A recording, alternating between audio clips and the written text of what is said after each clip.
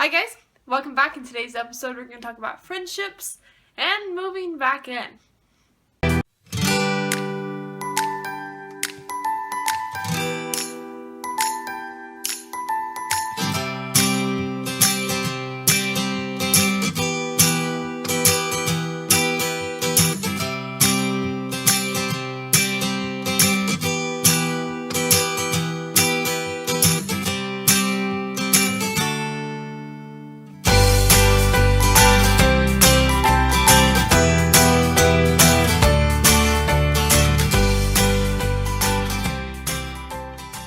So you probably noticed there's a little different look behind me. I'm back in my university, moved into my apartment, so everything's really going good. I'm really excited.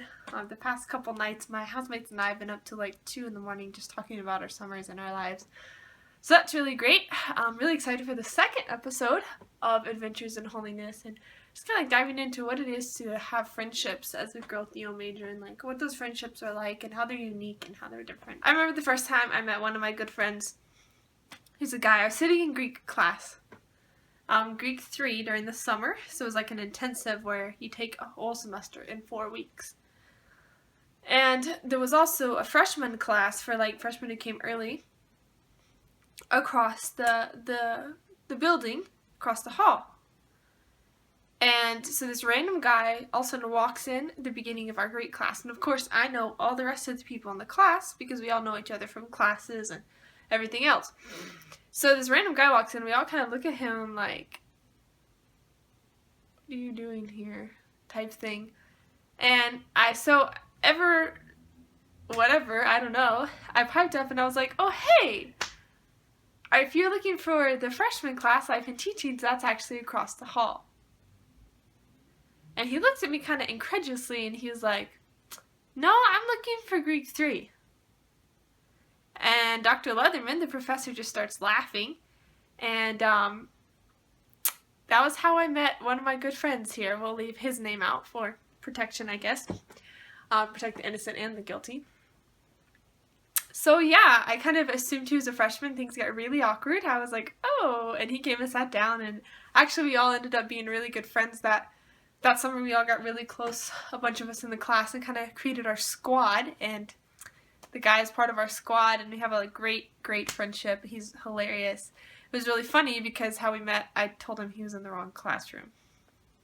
So yeah, that was awkward, but got a good friendship out of it. And that kind of is kind of like what it's like, I guess, a good picture of my life, but the friendships that we have in the theology department. Of course, as a girl being in a guy's, typically what's considered a guy's major. One thing that's really interesting about different about my friendships, I guess, as compared to others, is I do have quite a bit more guy friends than girl friends, than female friends. And that was always weird to me because it was hard for me to develop friendship with girls because I was not seeing any females consistently unless I made time for them. So that was something that was really interesting for me, is that I began to see over time that I really had to make time for my female friends, for my good friends. Because if I didn't, then I wouldn't really see them. Because otherwise I'd just be with guys pretty much all the time. And there were some female Theo majors, but were so few and were kind of scattered across the classes. And most of them were either older or younger, had their friends already, and one thing that I really started doing was like, okay, in order to have these female friends in my life, I have to like make time. So I started doing lunch with them and just being able to explore that friendship. And another thing I think about friendships that's unique as a theology major period is that you get so close to people because you have the same sequence. So you have like pretty much all the same freshman classes, sophomore classes. All the theology classes are in sequence. So you kind of usually are taking them with the same people. There's some variation, but not anything too extravagant. So that's really cool because you get to develop a bond over class, whereas people like in a chemistry major don't get to do that. They don't have that opportunity as much, or whatever, another major where it's not quite as sequential. But one of my favorite things about theology major is that you get to develop a bond over class, whereas people like in a chemistry major don't get to do that. They don't have that opportunity as much, or whatever, another major where it's not quite as sequential. But the, one of my favorite things about theology major is that you get to develop a bond over class, whereas people like in a chemistry major don't get to do that. They don't have that opportunity as much, or whatever, another major where it's not quite as sequential. being a theology major, and this is less to do with being a girl, I think, but maybe, I don't know, is the developments that the friendships I can develop with older students, like people that are coming back, because I guess it happens in other majors, but you typically don't find like a person coming back 20 years after their first college degree for a biology degree to become a doctor. I mean, it happens, but it's rare. Whereas in theology, it's like a lot of people come back. There's students from, really young that graduate to people that are in their 40s, 50s. So there's a good range.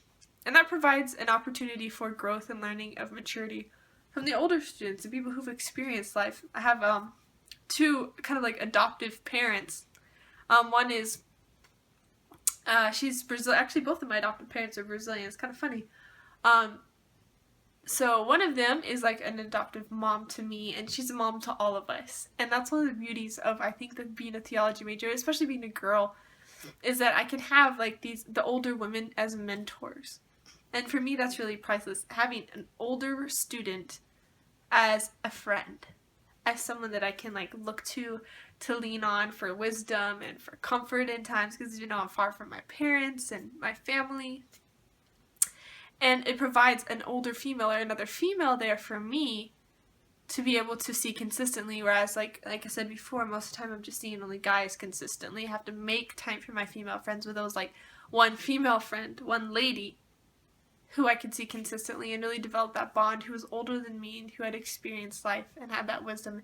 And for me, that's priceless. And I think that's one of the beauties of being a theology major, is you have people from literally all around the world, all age ranges, different life experiences, all coming together, and they form these really unique friendships and these really unique bonds. And for me, that's so priceless. That's so priceless to be able to say, you grew up in Brazil.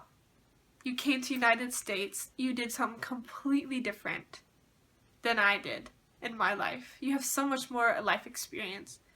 And yet, you can come and now you can be a mentor to me. And then I can help you in some of the classes, and we can be friends.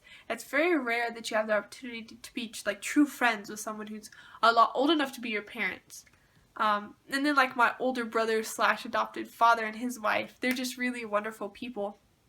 And they're not too much older, but they've also provided a second family to me as well, and to a lot of other people, and they're also Brazilian, incidentally. And so to me, that's really one of the priceless treasures of being a theology major, is that it comes with these friendships. Not only do I have the opportunity to be friends with a lot of guys and get that experience that I wouldn't otherwise have in ministry, that camaraderie that I otherwise wouldn't have, but it also taught me to be intentional in my own friendships with guys and girls. It started out with just girls, and then I realized that in all my friendships I needed to be intentional. I needed to say, hey, you're important to me. You're important. This is important to me to be friends with you. I'm going to make time for you. And I think that really shaped my view of life. And it kind of was like, it also made me think a little bit about like my spiritual life. Like, wow, I don't make even time for God. Like, I'm carving out time for my female friends.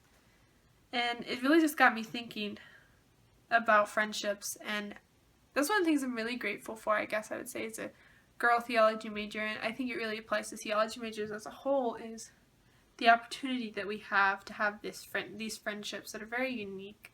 People from all walks of life coming together, having mentorship, having these friendships that otherwise never would have had, not just with my peers, but with people who are drastically different than me, and yet we all feel the same call. We all feel that same direction in our lives. Maybe the calls are slightly different, but how we're all going similar directions. We're all going toward ministry, and for me, that's priceless. That is the friendship. Friendship is like sitting at their house at midnight, or sitting in their car, with my like my adopted mom, been to her house late at night, sitting in her car talking about my life, or sitting down in my office with another guy theo major who's just talking to me about his life and his struggles, or sitting in the classroom or the study groups together, when we write on the board and tutor each other into everything.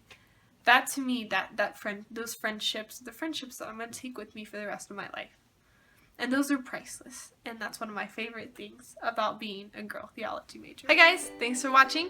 Hope that you'll click like and subscribe and share with your friends so that other people can kind of get a glimpse of what it's like to be a girl theo major. If you know a girl theo major, share this video with her.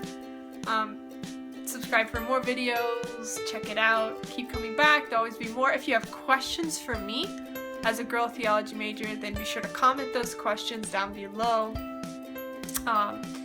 Yeah, and come back next week. We also have an exciting interview coming up with another girl theo major who's really inspired me with her life. So I hope you'll come back for that, and I'll see you next week. So, we'll see you next Thursday at 5 p.m.